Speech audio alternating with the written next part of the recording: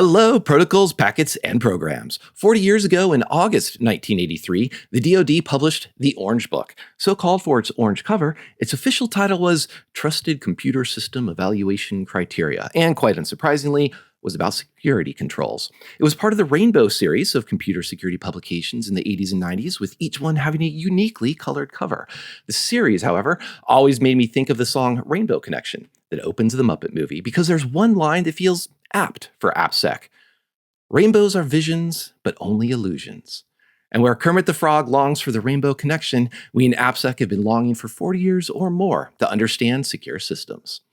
Which means this week we chat with Josh Goldberg about the skills, thrills, and perils of conference presentations and what it takes to engage and educate an audience. In the news segment, DARPA sets up an AI cyber challenge. CISA sets up open source security. VS Code lets down some tokens, and more. Sing along and stay tuned for Application Security Weekly. This is Security Weekly, for security professionals, by security professionals.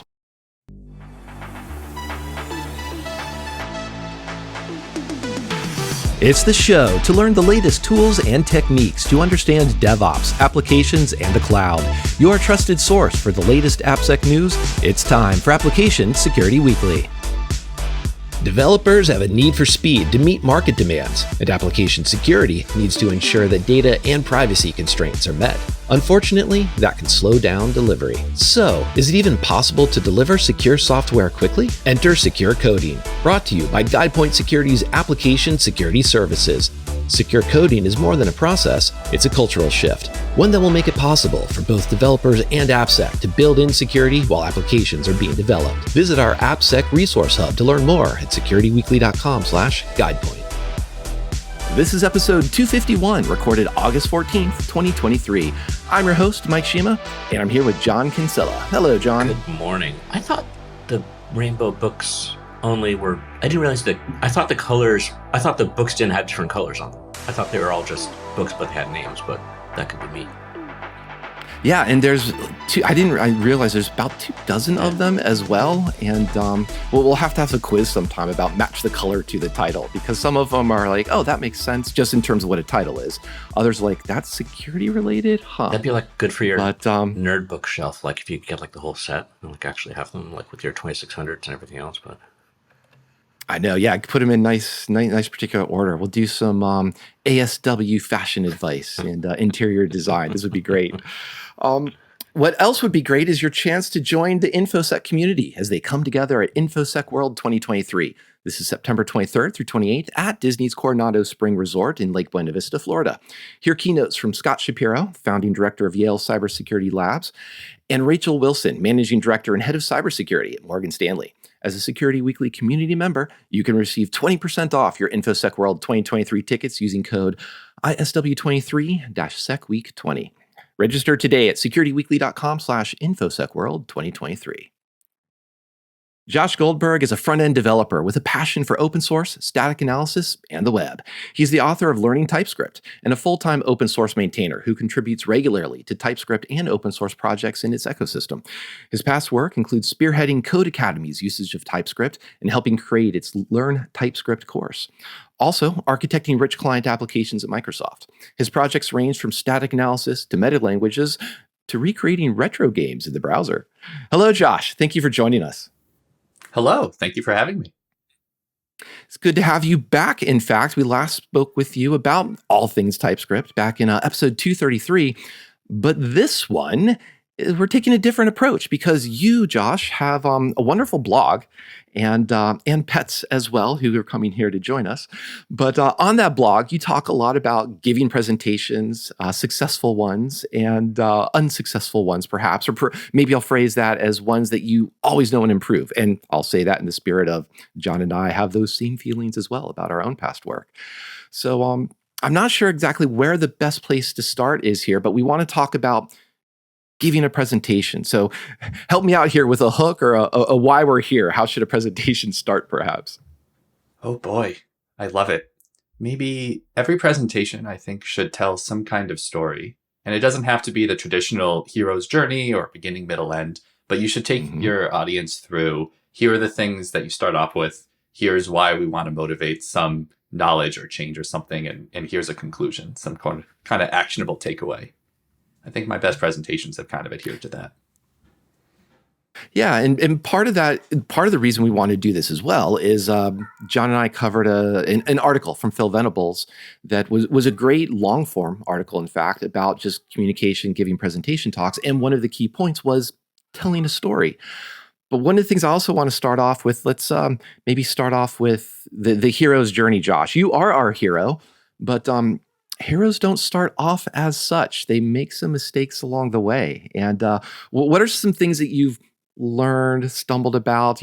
Share some of the ways that some empathy for our listeners who are perhaps trying to figure out their own first presentation and they're scared, they're worried about it, or just get the jitters. Oh boy. I'd say that just as with coding, you probably did not start amazing. I remember my first presentation, I didn't even have slides. I just walked through this medium.com blog post I'd written. And nowadays I have maybe a sentence or two on my slides. I like using slides as kind of an ancillary thing. And at the time it was like 2 paragraphs on screen. I would highlight text. It was not a visually engaging medium for people. So I'd say it's fine to learn the hard way, but maybe watch a few presentations, see how other people do things, what you do or don't like from them, and then build your format based on that. That sounds so, we'll definitely come back real quick. That sounds so simple, but it's so good. I mean, like I think of myself as, I don't want to say professional, but like we've done a few of these now. And like anytime I go to a talk, half the reason I'm going to a good talk is like just to watch how Josh is doing it, right? But for those who haven't yet, just pull up YouTube and like, okay, this is going to sound so cliche, but go back and watch like one of Steve Jobs' keynotes and how he's doing it. Or like, don't go that far, right? That's sort of the top end. Like just find like some nerd who did like a keynote at like a security con or something. And like, just think about how would you do it if you're in their shoes. That's so simple, but still so powerful to do. It is. And we'll touch on a whole bunch more of those, like, presentations to emulate, things that are our favorites. But before we get to that, we got to keep you on the spot, Josh. We've got you perhaps in a little bit of misery about this. But so you said you're basically reading a blog post to your audience. Now, obviously, you said not the best way. You felt that. But also, when did you realize the audience wasn't feeling that? Because there's definitely some dynamics here that first-time presenters can also get really hung up on and stumble over. Yeah. What's wild, too, to think is that now I give conference talks or some similar thing a few times a month, and I no longer feel that sort of pain. But I think it was pretty quickly into the talk when I saw just this sea of blank stares, which I now these days also tend to come across. People in an audience don't naturally emote very expressively. But I really wished for that talk that I had at least tried out giving it to a friend or a colleague, someone who could give me feedback on, hey, this is a lot of talk and very little visual information. So yeah, I'd say almost immediately did I notice, wait a second, no one is engaged here. And when I think I did land 1 or 2 jokes or humorous points in the talk, and that felt really nice. But that was the exception that showed how flat everything else was. Oh, interesting. Because one of my questions too was going to be, how do you keep people engaged? And one, reading a blog post or, another sin, reading just bullet points off of a slide. Quick way to get those blank stares, for example. And you mentioned humor, landing a joke, which is awesome. That's good to hear. But not if that's the only part that you're feeling is clicking with the audience. So tell us a little bit more about, like, how do you approach humor? And have there been, successes or even failures along the way? Are there things to be kind of leery about with humor? Yeah, you don't want your whole presentation to be jokes. The jokes are not the point of the presentation. They can be used to emphasize or to help with a point.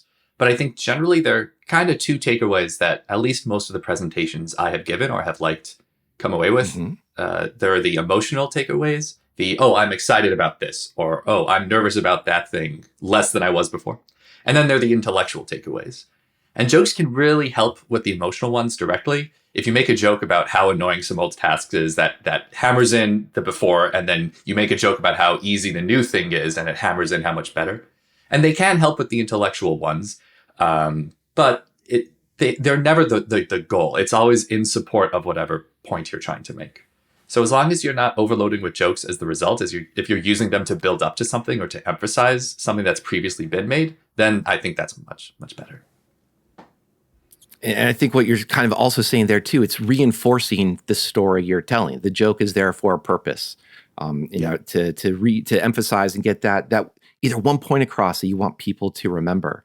So there's a lot of aspects here about what to remember and how you're doing that, how you're presenting it. And one technique you described was no slides, off the cuff. I'm just going to describe a blog post. Another type is demos, and this one I'm going to throw out to both Josh and get your thoughts on here too, John. But starting with you, Josh, demos, yay or nay, and why? It's so hard to give a good demo in a conference talk. They do feel better. Like if you get that juice moment where you run the command or press the button or something and it just works, that's awesome. That shows you're authentic and you got it to work.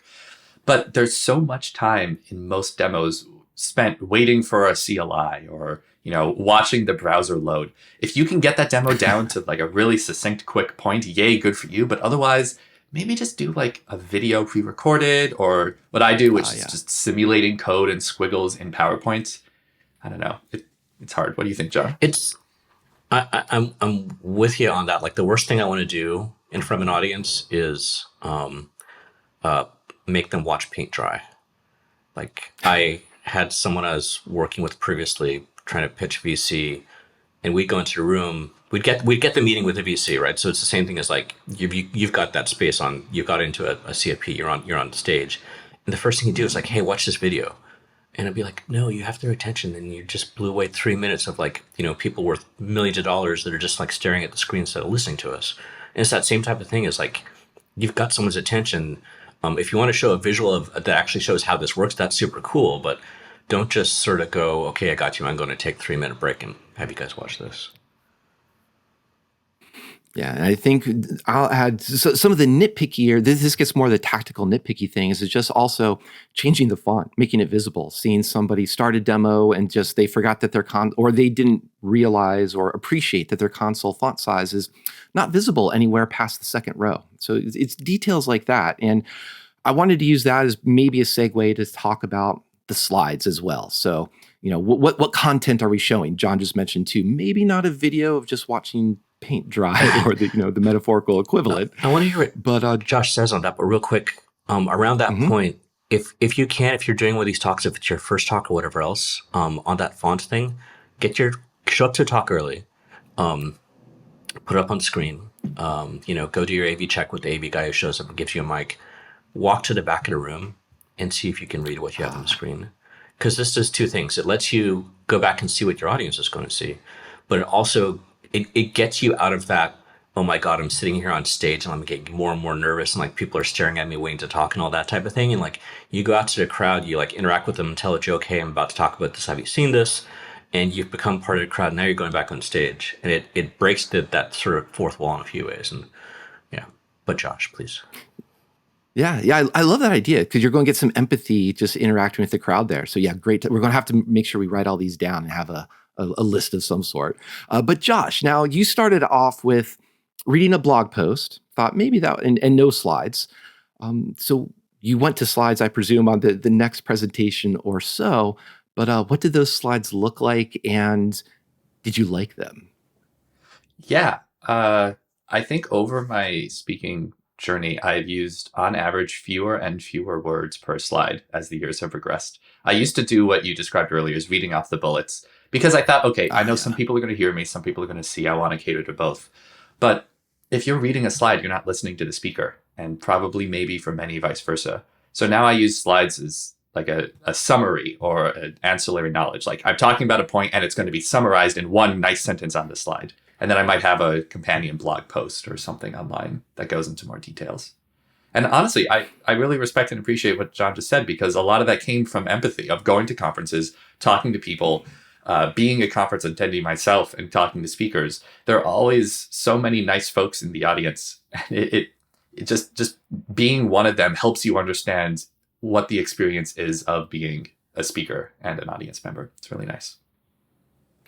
Yeah, and I want to talk about what goes on the slides too, because I mentioned bullet points, and one of the things I learned was not to use the bullet points aren't there to be my speaker notes. They're not there to remind me about what to say. And like you, I've pared down. I have minimal text on a slide now, and it's usually to make a point.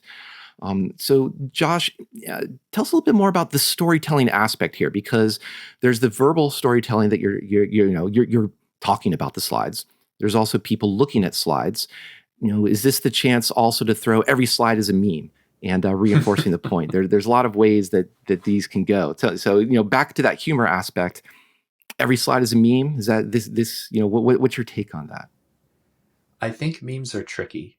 I think they can be a very nice shared language, but it's only for people who have that language. And if you don't have the language, it's hard. Also, they can take away from the point you're trying to make if people are just chuckling about like Ron Paul, someone from a show throwing a computer out a window or whatever. I almost just made a reference and realized, wait a second, does everyone here watch Parks and Recreation? So that's a good example. I also think from an accessibility perspective, if you have an animated loop playing, such as a GIF and or GIF on your slide, a lot of people are just going to be watching that over and over again, with or without ADHD or other cognitive situations. So it's probably better not to overuse those, especially if you're trying to talk, for sure. But yeah, most of my slides, I think, come into one of three categories. It's either a meme, which I don't really talk during and I skip past. It's some kind of code demonstration or simulated demo, or it's 1 to 3 sentences elaborating or explaining a point. It's never more complicated than that. And so these are like part of that. These are on the slides, but they're props, right? They're things or crutches, perhaps even to lean on, especially for people early on giving presentations, trying to remember what am I going to say, where am I in the story. So I'm kind of curious, as you figure out what to put on that slides, how much are you thinking of this is just what I'm going to tell now during the presentation, it's going to be recorded, or here are the slides and I want them to live that people can read through without my presentation, meaning they can be standalone. And this is where a little bit, I think, I want to get to the question of what's the purpose of the slides, or how are you using them? Because John gave an example of very specific audience and losing their engagement. And maybe the slides actually really needed the people with them. You can't just walk away from the slides. So kind of with that setup, I'm curious, how do you approach those, Josh? Or with the idea that, hey, Josh, can I see the slides afterwards? Because I want to learn something from them completely disconnected to everything you were just talking about. Yeah, it's tough because people do want and need the slides. It's good to have a reference, and especially since you can visually associate back. I saw this slide when they were making that point. But slides are not a good reference. They're really not made to work like a Wikipedia article or blog post. So what I normally do is I will try to include a lot of links in the slides, especially in the slide annotations for people. If I have the time to write a companion blog post, I will send them that along with the slides and explain in the follow-up that this is really what I would recommend. But yeah, it's tough.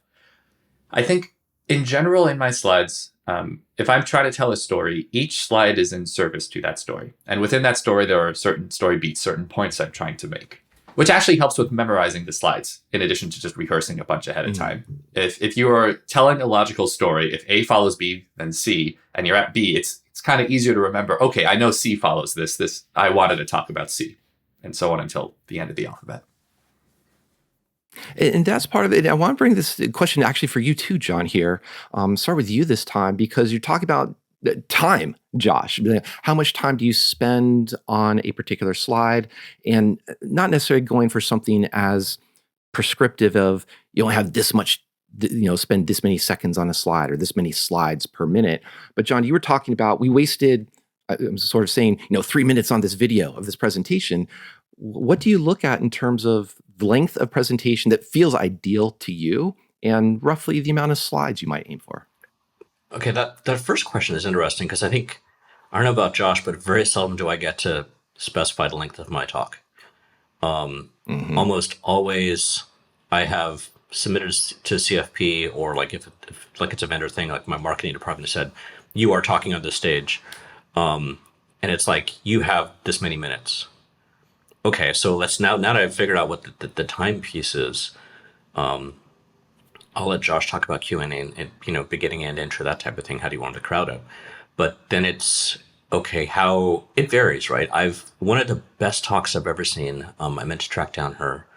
I'll see if I can find the video. I'll put it into show notes. But it was a graphic designer giving a talk at a startup conference. I think they were like rapid talks. I think we all had like 15, maybe 20 minutes. This woman went through, I'm guessing, 50 or 60 slides, like just nail. Like, so every time she'd like be doing when she'd be talking through her points, like me right now, I'd probably gone through like 5 or 6 slides, just the finger on the clicker, just go. Think about how much, and it was all synced in time. It made very solid visual sense. She was a visual designer. She knew what she was doing. But think about how much she had to practice for that. For me, I'll usually do, I don't know, 90 seconds to 2 or 3 minutes. So to sort of take that back a step, we've talked about how long it is. Usually from that point, I'll figure out, okay, how long is it approximately? Do I need slide-wise, or how long for each one? I'll figure out how many slides I need. I'll usually I'm a PowerPoint guy. I'll usually create that many blank slides in PowerPoint, and then in Outline mode, start filling in what do I want, and then back to Josh's point about what points do I want to cover in here. And okay, how many more slides do I need to add, or do I need to delete? But that's my sort of take on it. Josh? Yeah, I'm curious, actually. I'm also a PowerPoint person, and I'm a PowerPoint person despite all the lovely new tools and startups and everything, because I just love that level of control that I get with it, and I've yet to find another tool that really just lets me craft, For me, I know it, right? I think we'll talk about animations in a while. I'm not doing animations. I'm not doing fancy stuff. It's like, I've got my workflow. I don't like the Google tools for this. I mean, I could see some point maybe trying some of the newer stuff, but like usually by the time, and I'm deadline driven too, right? So by the time that I'm starting to work on the slides, it's been in my head for a few weeks, but someone says that the slides are due tomorrow, so it's now time to work on them. I'm not going to learn a new tool. Yeah. But Yeah, well, and then so I do want let's wrap up that time aspect, because John, you mentioned I think maybe 60 to 90 seconds roughly per slide at one point, and that graphic designer who's going through 60 slides in an amazing amount of time, so that's a slide per second, if that.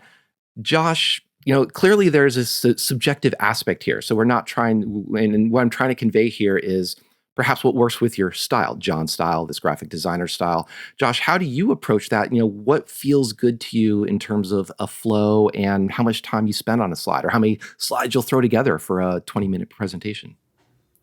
Yeah, it's a great question. I bring up the PowerPoint point because this actually is very relevant and related for my answer.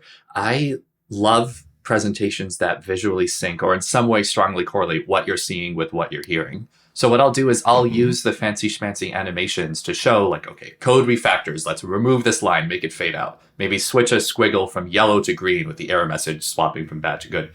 And that really helps me, reinforce the points. I think it's good for folks to see that actual literal transition, the animation.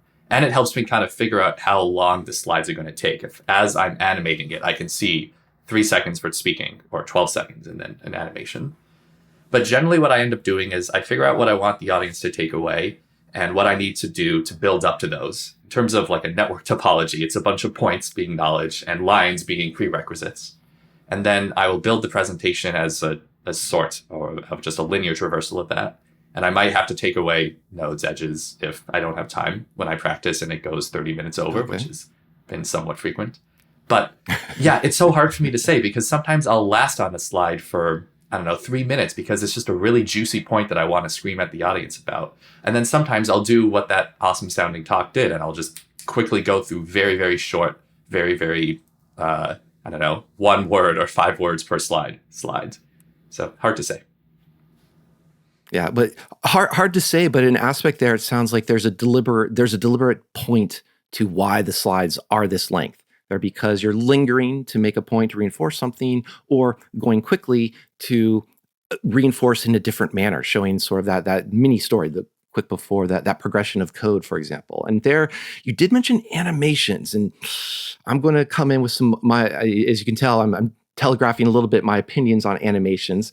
But Josh, okay, you mentioned animations, so that'll be one thing to add. Hopefully we've said no bullet points and come to a quick consensus here of like just not a wall of text. But we chatted a little bit about memes, but there's also just images to illustrate a point. What are your source of images? How do you choose images as part of that? What goes on a slide?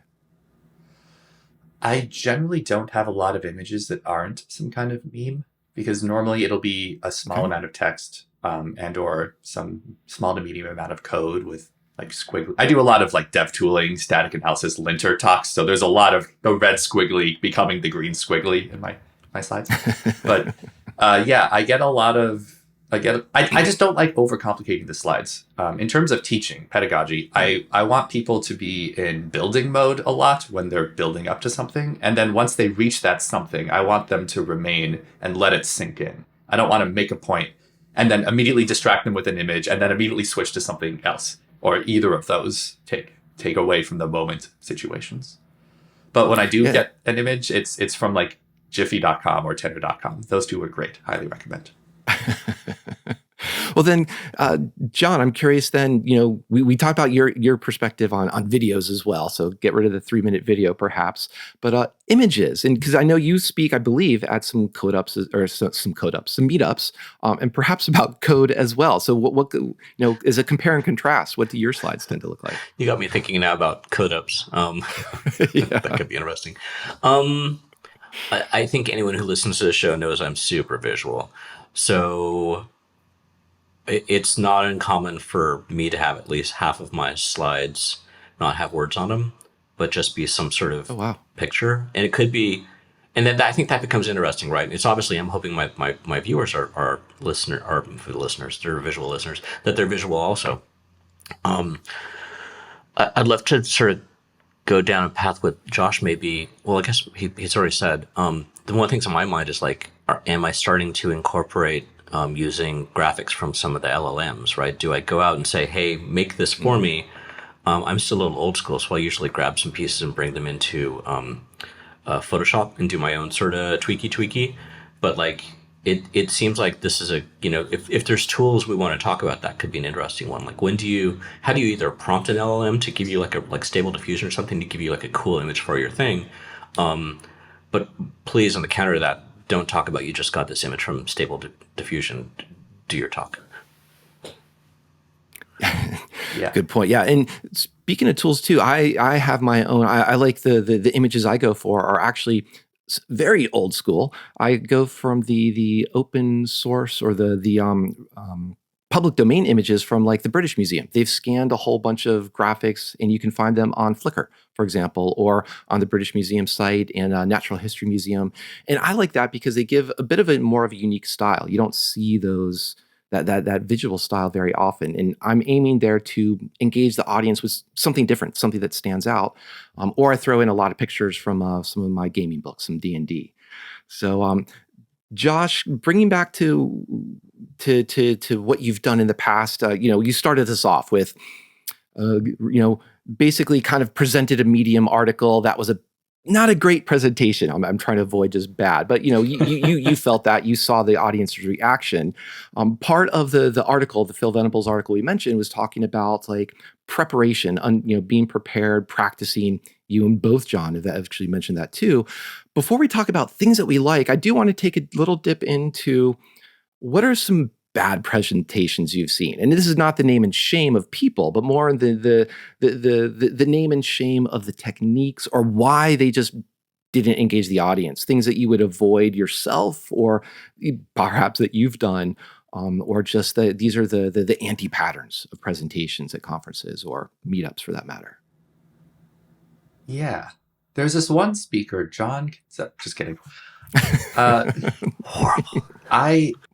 I think recently one comes to mind where the speaker just kind of rushed through things. They didn't let anything sink in. They were doing a live code situation, so there were not many slides, just a little bit at the beginning, a little bit at the end.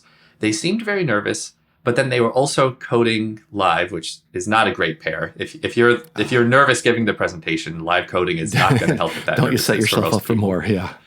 Yeah. I don't know. Like the stuff they were showing was cool, and I got information taken away in my mind from the presentation. But in terms of raw presentation giving, it wasn't very engaging. I kind of had to focus and really struggle to follow what was happening. There were high barriers to entry, I'd say, for being able to understand that talk, which was upsetting. Would have liked to see it a little more, I don't know, introductory, that makes sense. More I think approachable. Yeah, and I think for me, one thing, we already did talk about demos and seeing, somebody just wrangling with the demo for 5 minutes and being quiet, the room goes cold. You've iced the presentation, you've iced the room, and just it's really hard to recover from that.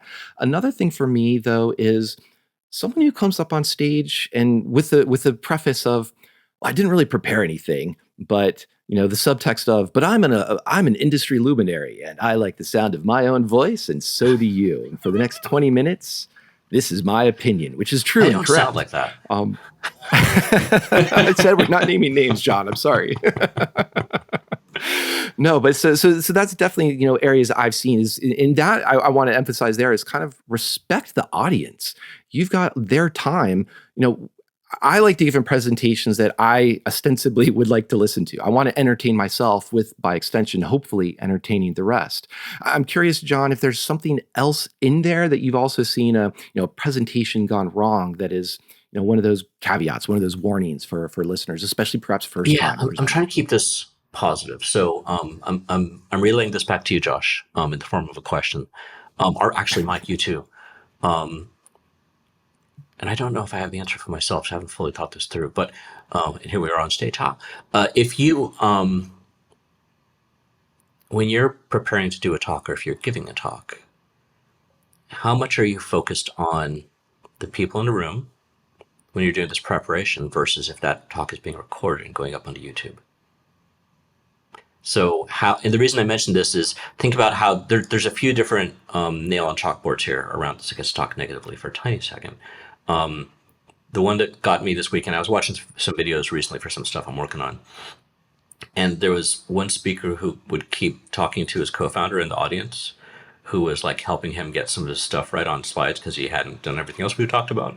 But so I couldn't hear, he could barely hear. It'd be like, me talking to the voice like this, and then someone off in the distance, like me, you might hear every third word. But from the point of view of how much are you controlling that room when, if someone's recording, are you thinking about what's going up onto YouTube or how this is going to be looked at later if someone else is doing a CFP? Or I'm curious if you guys put any thought into those type of things. I have. And this is also a big problem with Q&As, right? Yes. Where if the conference schedules, 5-10 minutes, and then you have to repeat the question from the audience unless the person has a microphone. Otherwise, how does the recording do? Preach. Yeah, I try to prioritize the room. Like, if I'm giving a talk live, that is the medium that it is primarily targeted towards, and that's the one I can optimize best. If there are basic things I can do to make it not trash for someone watching later on, such as making sure that there's information conveyed, it shows up in the recording, that's great. But I don't know. For me, it's a secondary concern. If the conference really wants me to optimize for the recording, I will. But this has never been requested of me.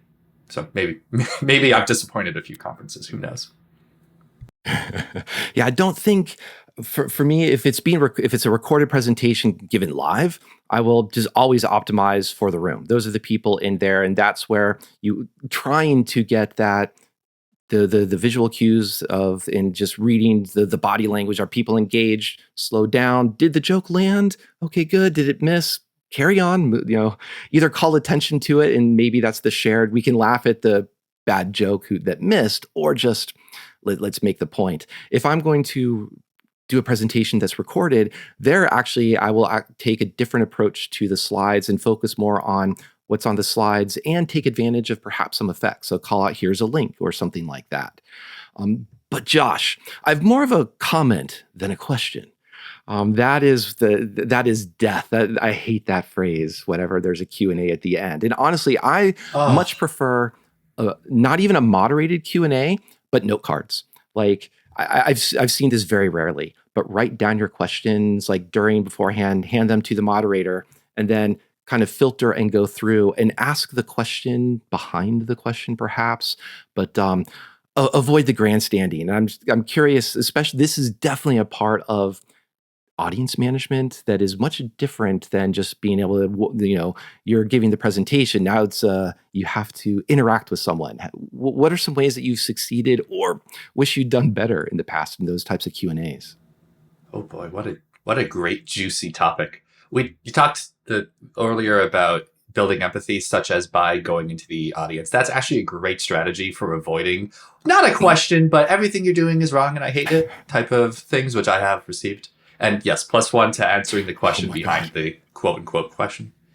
I think the audience is a risky thing to interact with. You never know when someone will give an incorrect, inaccurate, unexpected, even inappropriate spoken or gesture or something.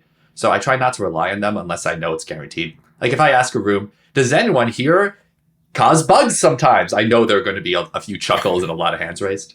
Yeah, we're all raising our hands right now. Yeah, I raised my hand. Yeah. I will say, though, I think part of a reasonable preparation for giving a talk, especially if it's live or otherwise in a place where you're going to talk with people, is trying to project what some of the expected follow-up questions will be. If you're giving a talk on a language that has a popular framework, you don't have to be an expert in that framework, but you're probably going to get questions on the framework. So you can kind of prepare for these unexpected things ahead of time if you have the time and do the research around the thing you're talking about. And so there, speaking of time, I'm being cognizant of our time for our segments. We talked about, some of the ways things can go wrong a little bit. But what's a good presentation? Because one of the things I always do is I'm very much an emulator. I see what are presentations I like, what are delivery styles I like, and then try to adapt and expand on them. Not quite the embrace and extinguish approach of old Microsoft's Internet Explorer era, but the modern era of AppSec collaboration and what we can do there. So start with Josh and then John. What are the presentations that have stood out for you, and tell us a little bit about why? Why did they click so much? Ooh, yeah. We don't like name and shame, but I love name and some word that rhymes with name, but is a positive thing. Fame, yes. Name and fame, yes. Yeah. Thank you. Oates and Daphne Liu gave an excellent talk at Cascadia JS 2022. These two are some kind of improv and or stage couple. I believe they're currently engaged. And their talk, it was the epitome of well-rehearsed. In addition to having good, useful information and a lot of nice jokes and interesting side points, they just gave such a funny, it was like one of those like old-timey videos where I'm Tiger and this is Daphne, and then they switch out in the middle of sentences. It was just so well done and also really informative. So I think that to me is an exemplar of you need to have good content. I as an audience member need to be able to take away at least one interesting, actionable learning and at least a couple of moments that have some kind of aha or oh yes agreement. And on top of that, I want to be engaged, maybe not entertained or amused, but at the very least, I want to be able to watch it and not be bored. And that really was the epitome for me. Yeah, and I'll emphasize too what you said there too. That's clearly well rehearsed, and because to land the timing of that takes a lot of practice, and that rehearsal. I'll just emphasize for 2 minutes while I'll give John some time to think about his presentation, is that one, gives respect for your audience. You're giving them something polished and getting the point across, which is also help you. But I think rehearsal, especially for me, early on, was a great way just to get over stage fright, nervousness, because I'd practiced enough that it's not quite muscle memory of what I'm about to say next. But if I disassociate, I'm just say, oh, right, this is what I'm supposed to be saying for this slide, because this picture is my trigger for this, or here's my one phrase that my quote from some science fiction book that's like, this is the metaphor I wanted to make. So I like rehearsal for that aspect. And I'm sure John likes some other presentations. Tell us what stood out for you. I do. And I'm just digging around for the link of this. I'll get in show notes. And this is an old one, but it sticks in my mind. So there you go. Chris Hoff, back in, I think it's 2011. So he is one of the co-founders of the Cloud Security Alliance back in the day. And he was doing a talk on stage. And I think it was the first year that CSA had like a sub-conference at RSA in San Francisco. And he did this talk called Commode Computing. So he went the whole way through from when doing sort of parallels of history between the history of the toilet, like where it first came from, how plumbing happened, and how that whole thing, and comparing that to like compute going through to cloud computing, and then some tie-ins between what happens when your commode sort of goes wrong versus what happens when cloud computing goes wrong.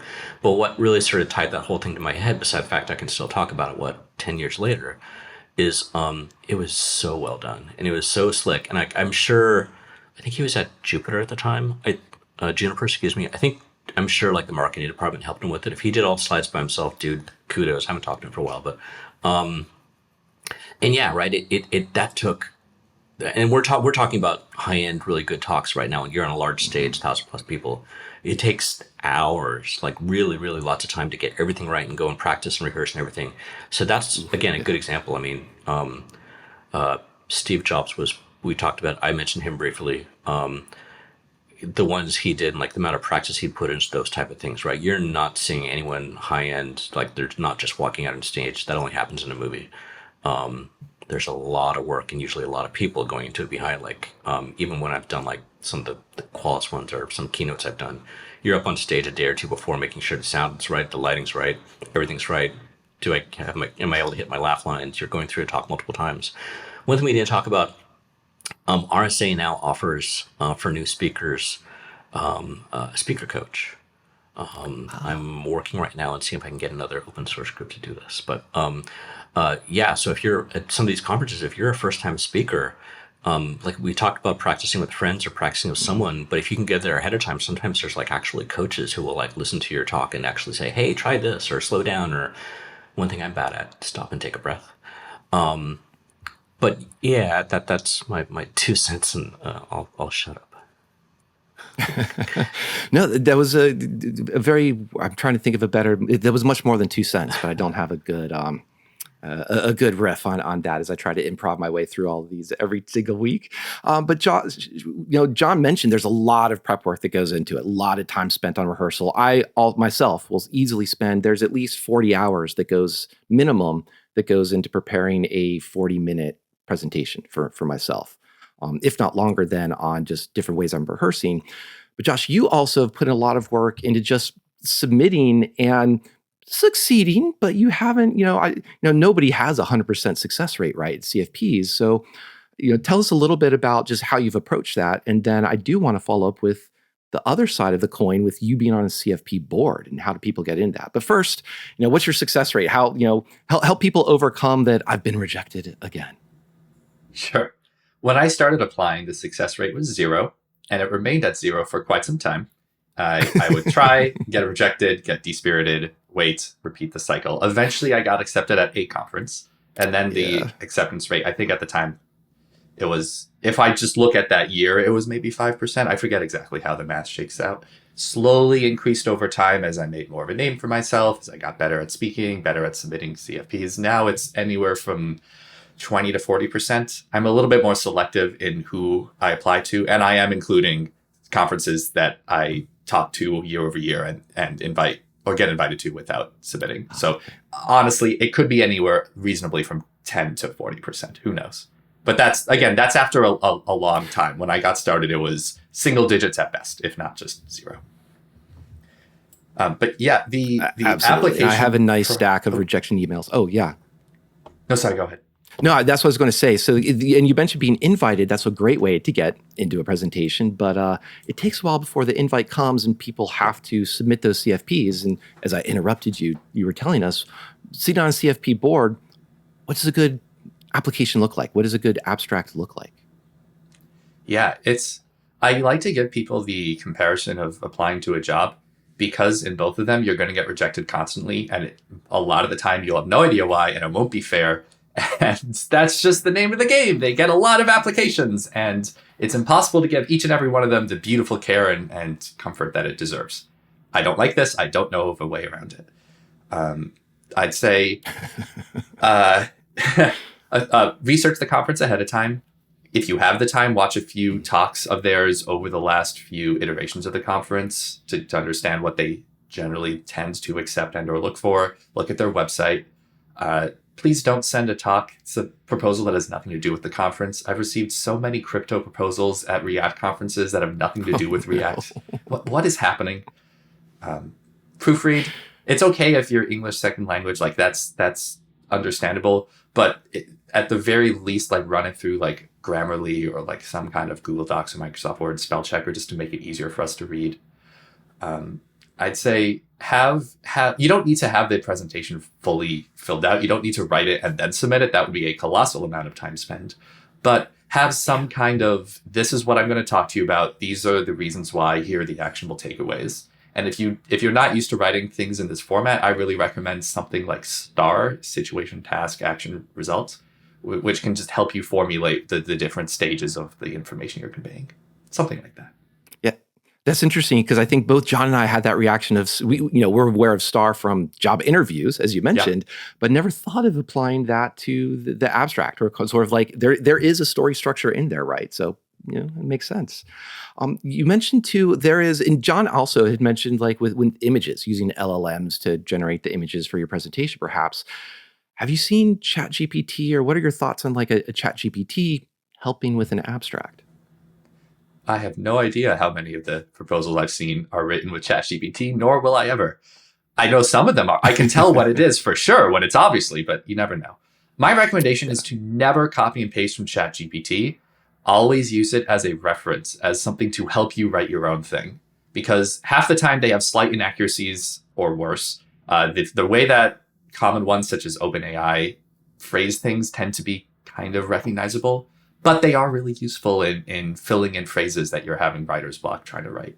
So what I started doing is, if I have to make a brand new proposal, which honestly is not a majority of mine, most of mine are some remix or rehash of topics I've submitted before, just for convenience. I will use ChatGPT on the side in 2 or 3 different windows to get different perspectives, and I will just think and write my own thing using that as one of several sources.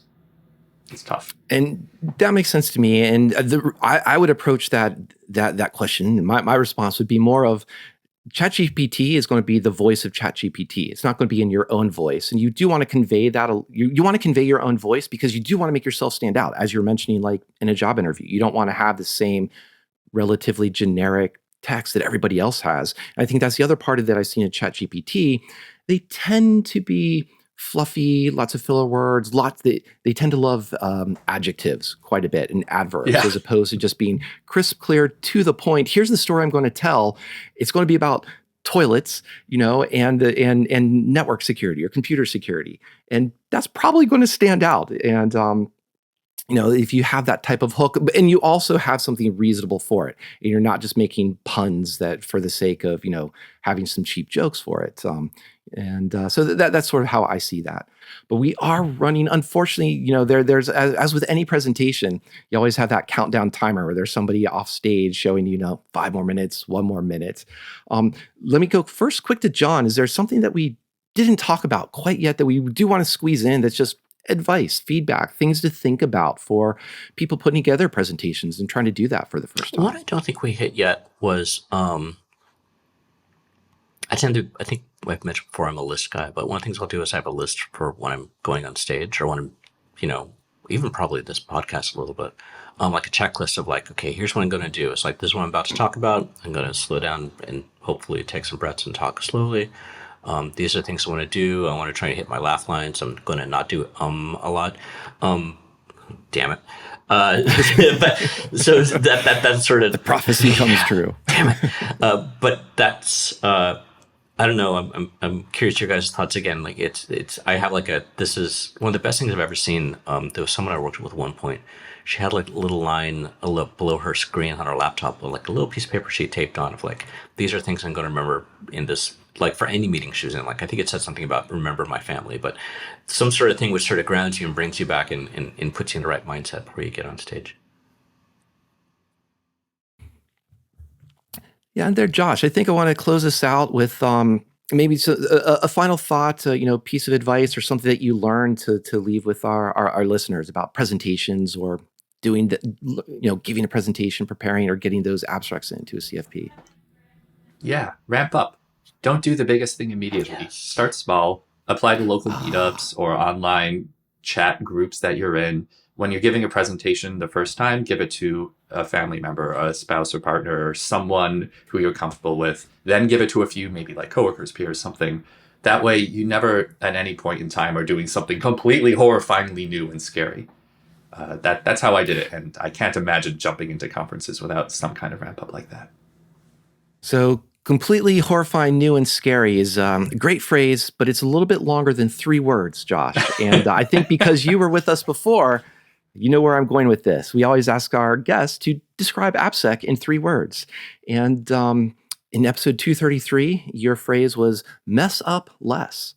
I'm curious, are we sticking with that, or have you thought about something new and different you'd like to add this time around? I like trying new and different, even if it's not better than the original. Maybe plug the leaks, because they're all, in my mind, I'm seeing like those cartoons where like there's a boat and you put a cork in one hole and then a new leak opens in. You're just constantly, you'll never plug all of them, but you can make progress. Not sure. Plug the leaks. Plug the leaks. Plug the leaks, ramp up, and good luck to everyone on your presentations and submitting your CFPs. Thank you so much, Josh. We went long, but I think we went long for a good reason, because there was a lot of conversation here that was really fun and some good feedback. So I want to say thank you once again, Josh, for joining us. Yeah, thanks for having me. This is always a pleasure. It wouldn't be a conference talk if it didn't, go a little over. Exactly. Also want to thank John for adding both his comments and questions in a very constructive way for this conversation. Helpful as always. Also want to thank everyone for listening. We're going to take that quick break and return with news of the week.